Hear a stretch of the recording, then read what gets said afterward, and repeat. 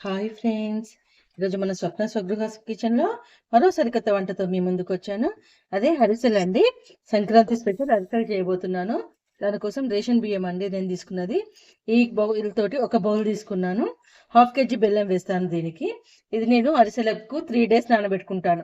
Daily water change చేయాలి. 2 పూటలు water change చేసుకుంటూ కడిగి శుభ్రంగా వాటర్ చేంజ్ చేసుకుంటూ 3 days నానబెట్టినాం అనుకోండి, అరిసెలు సూపర్గా వస్తాయి. నేను చెప్పిన పద్ధతిలో మీరు ఫాలో కండి, చాలా బాగుంటాయి అరిసెలు. ఇది ఇప్పుడు ఒక 3-4 సార్లు కడిగి నానబెట్టేస్తాను. ఒకవేళ 3 days నానబెట్టడానికి మీకు ఓపిక లేకపోతే కనీసం 3 పూటలైనా నానాలండి. ఇప్పుడు ఈ పూటకు మళ్ళీ రేపు సాయంత్రం అట్లా 3 పూటలైనా కనీసం నానితే చాలా, ఒక కనీసం 18 గంటలైనా నానాలి, బాగుంటుంది అరిసెలు మెత్తగా. చూడండి, ఇలా 3-4 సార్లు కడిగినాక బియ్యాన్ని గిన్నె నిండుగా వాటర్ పోసి మనం మూత పెట్టి పక్కకు పెట్టుకోవాలి. వీటిని మళ్ళీ రేపొద్దున నేను ఈ వాటర్ని చేంజ్ చేస్తాను. అలా 3 times చేంజ్ చేసేసి తర్వాత వడేసేసి సేమ్ సకినాల పిండిలాగా పట్టించుకోవాలి. ఒకవేళ సకినాల పిండి చేసేటప్పుడు కూడా ఆ పిండిని తీసి కూడా మనం అరిసెలు చేసుకోవచ్చు. కానీ అలా చేసిన అరిసెల కంటే ఈ అరిసెలు ఈ పద్ధతిలో చేసుకుంటే చాలా బాగుంటుంది. అరిసెలకు మళ్ళీ చాక్లెట్ బెల్లం వాడండి, ఎంత సూపర్గా ఉంటుందో అంత సూపర్గా ఉంటాయి. చూడండి ఫ్రెండ్స్, మనము 1 kg బియ్యం నానబెట్టుకున్నాం కదా, అవి వడేసి గిర్ని పట్టించుకొచ్చామండి. ఇది మనకు పిండి 1 kgకి బియ్యానికి. ఇప్పుడు దీనికోసం బెల్లము 1 kg బియ్య పిండికి 30 kg బెల్లం తీసుకుంటున్నాను. దానికోసం మెత్తటి బెల్లం తీసుకోవాలండి. మెత్తటి బెల్లం తీసుకుంటే స్వీట్నెస్ కొంచెం మంచిగా వస్తుంది. చూడండి, ఇట్లా మెత్తటి బెల్లం తీసుకుంటే షాప్ వాళ్ళని అడిగితే ఇస్తారు, అరిసెల బెల్లం అంటే ఇస్తారు. ఇట్లా మెత్తటి బెల్లాన్ని తీసుకొని కేజీ పిండికి 30 kg తీసుకొని బెల్లాన్ని, స్వీట్నెస్ కొంచెం ఎక్కువ ఉంటుంది, బాగుంటుంది అరిసెలు. ఇలా నేను చెప్పిన కొలతలతో చేసి చూడండి. మీరు మొత్తం కట్ చేసి పెట్టుకుందాం. చూడండి, ఇలా మొత్తం కట్ చేసి పెట్టుకొని మనం ఇప్పుడు గిన్నెలో వేసుకుందాం. ఈ గిన్నెలో వేసేసుకొని దీంట్లో ఒక చిన్న గ్లాస్ వాటర్ వేయాలి. వాటర్ ఎక్కువ వేయద్దండి బెల్లం పాకంకి. ఒక చిన్న గ్లాస్, ఈ గ్లాస్ తోటి ఒక చిన్న గ్లాస్ వాటర్ బెల్లం తడిసేటట్టు వేసి స్టవ్ ఆన్ చేసుకుందాం. ఇలా బెల్లంని తిప్పుతూ కలుపుతూ ఉడికించుకోవాలి. తీగ పాకమే రానివ్వాలి, బాగా ముదురు పాకం రానివ్వద్దండి, అరిసెలకు గట్టిగా అవుతాయి. ఇలా బెల్లం అంతా కరిగినాక ఇప్పుడు ఒకసారి వడగట్టుకోవాలి. 1 ఇసుక రాళ్ళు ఉంటే వచ్చేస్తాయి.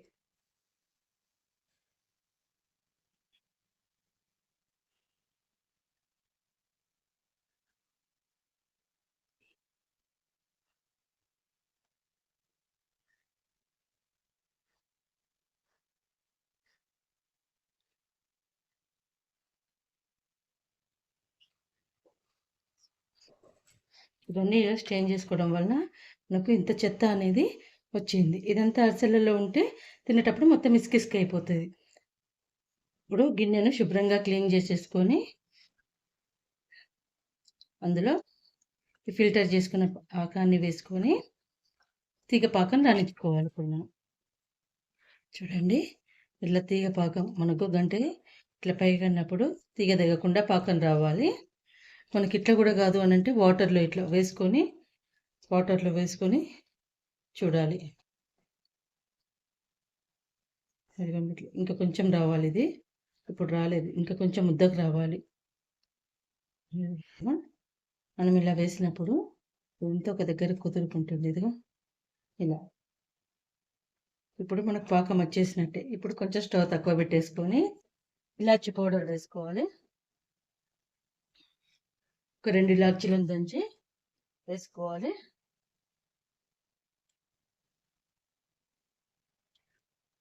తర్వాత కొంచెం కొంచెం పిండి వేస్తూ కలుపుకోవాలి. స్టవ్ బంద్ చేసేసి చూడండి, ఇలా తిప్పుకుంటూ కొంచెం కొంచెం పిండిని వేస్తూ కలపాలి. ఉండలు లేకుండా కలపాలి మొత్తం.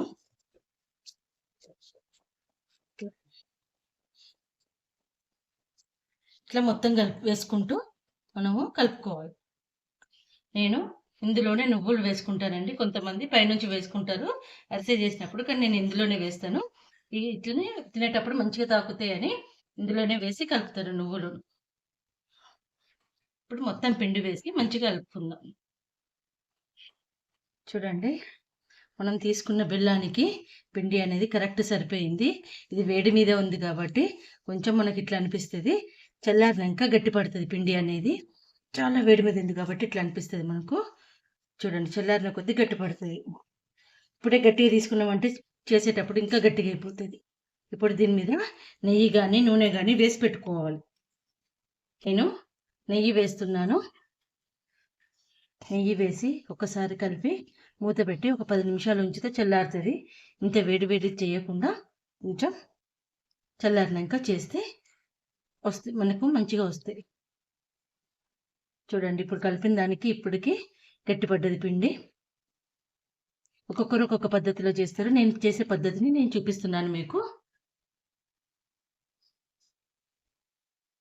ఇలా ఆయిల్ పెట్టుకొని మీడియం ఫ్లేమ్లోనే పెట్టుకోవాలండి ఆయిల్. చూడండి, ఈ సైజ్ బాల్ తీసుకోవాలి. మరసకు ఏ సైజులో చేసుకోవాలనుకుంటే ఆ సైజులో మనం నెయ్యి వేసి పెట్టుకున్నాం కాబట్టి ముద్దకు ఇట్లా ఆయిలీగా అనిపిస్తుంది. మనం సపరేట్ మళ్ళీ ఆయిల్ పెట్టనవసరం లేదు.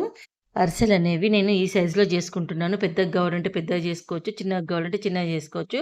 కానీ బాగా పల్చా చేసుకోవద్దు, మీడియం సైజులో చేసుకోవాలి. అప్పుడే అప్ప అనేది మంచిగా పొంగుద్ది. చూడండి, నేను చేసిన సైజులో చేసుకుంటే చాలా మంచిగా పొంగుద్ది. కానీ బాగా పల్చా చేసుకుంటే గారెల్లాగా అసలు అప్పాలు పొంగవు, పూరిల్లాగా ఉండవు, మంచి ఉబ్బు రావు. చూడండి, ఈ సైజులో రౌండ్గా మంచి పర్ఫెక్ట్ షేప్లో చేసుకోవాలి. నూనె అనేది బాగా వేడి కావాలి. అది హై ఫ్లేమ్లో పెట్టవద్దు, నూనె మీడియం ఫ్లేమ్లో పెట్టి వేడి చేసుకోవాలి. చూడండి, ఇట్లా కొంచెం ఫస్ట్ శాంపిల్ వేసి చూసుకుంటే ముద్ద ఇట్లా పైకి తేలాలి. నూనెలో వేయగానే పైకి తేలితేనే అప్పుడు అరిసె వేయాలి మనం అందులో. ఇంకా నా నూనె వేడి కాలేదు, టైం పడుతుంది కాబట్టి కొంచెం వేడిగానిస్తున్నాను. హై ఫ్లేమ్లో పెట్టద్దండి ఎప్పుడు కానీ, నూనె ఆవిరైపోతుంది. ఎందుకనంటే తక్కువ మంట మీదనే ఇవి మంచిగా లోపటి నుంచి ఉడకాలి కాబట్టి. ఇట్లా అరిసె వేయగానే చూడండి, నేను మంచిగా వేడైనాక వేసినాను. పూరిలాగా ఎట్లా పొంగుతుందో నేను ఒక్కొక్కటి వేసి చిన్నగా చేసుకుంటున్నానండి. చూడండి, ఇట్లా పూరిలాగా పొంగినప్పుడే మనకు పర్ఫెక్ట్ అరిసెలు వచ్చినట్టు. అరిసె చేసేటప్పుడు హోల్ పడితే ఆయిల్ అంతా పీల్చుకుంటుంది కాబట్టి పిండి కలిపేటప్పుడే జాగ్రత్తగా ముద్దను పగుళ్ళు లేకుండా చూసుకొని కలుపుకోవాలి. నేను నెయ్యి వేసి పెట్టడం వలన నాకు నూనె ఎక్కువ పట్టలే కాబట్టి పర్ఫెక్ట్గా వచ్చినాయి అరిసెలు అనేవి. స్వీట్ కూడా నేను వేసుకున్న బెల్లానికి 3/4 కిలో బెల్లానికి 1.5 కిలో పిండి పట్టింది కాబట్టి పర్ఫెక్ట్ వచ్చినాయి. చూడండి, దాన్ని నేను ఇంకే చెక్క మీద ప్రెస్ చేయను, జల్లిలో వేసి ప్రెస్ చేసేసి పెట్టేస్తాను. మంచి టేస్టీగా వస్తాయి. మీరు కూడా ఈ పద్ధతిలో ఫాలో కండి. ఎలా వచ్చినాయో నాకు చెప్పండి. నా వంటలు నచ్చితే నా ఛానల్కి లైక్, షేర్ అండ్ సబ్స్క్రైబ్ చేయండి. స్వప్న స్వగృహస్ కిచెన్ ఇలా మిగతా అరిసెలన్నీ చేసేసి పెట్టుకుంది. Thank you.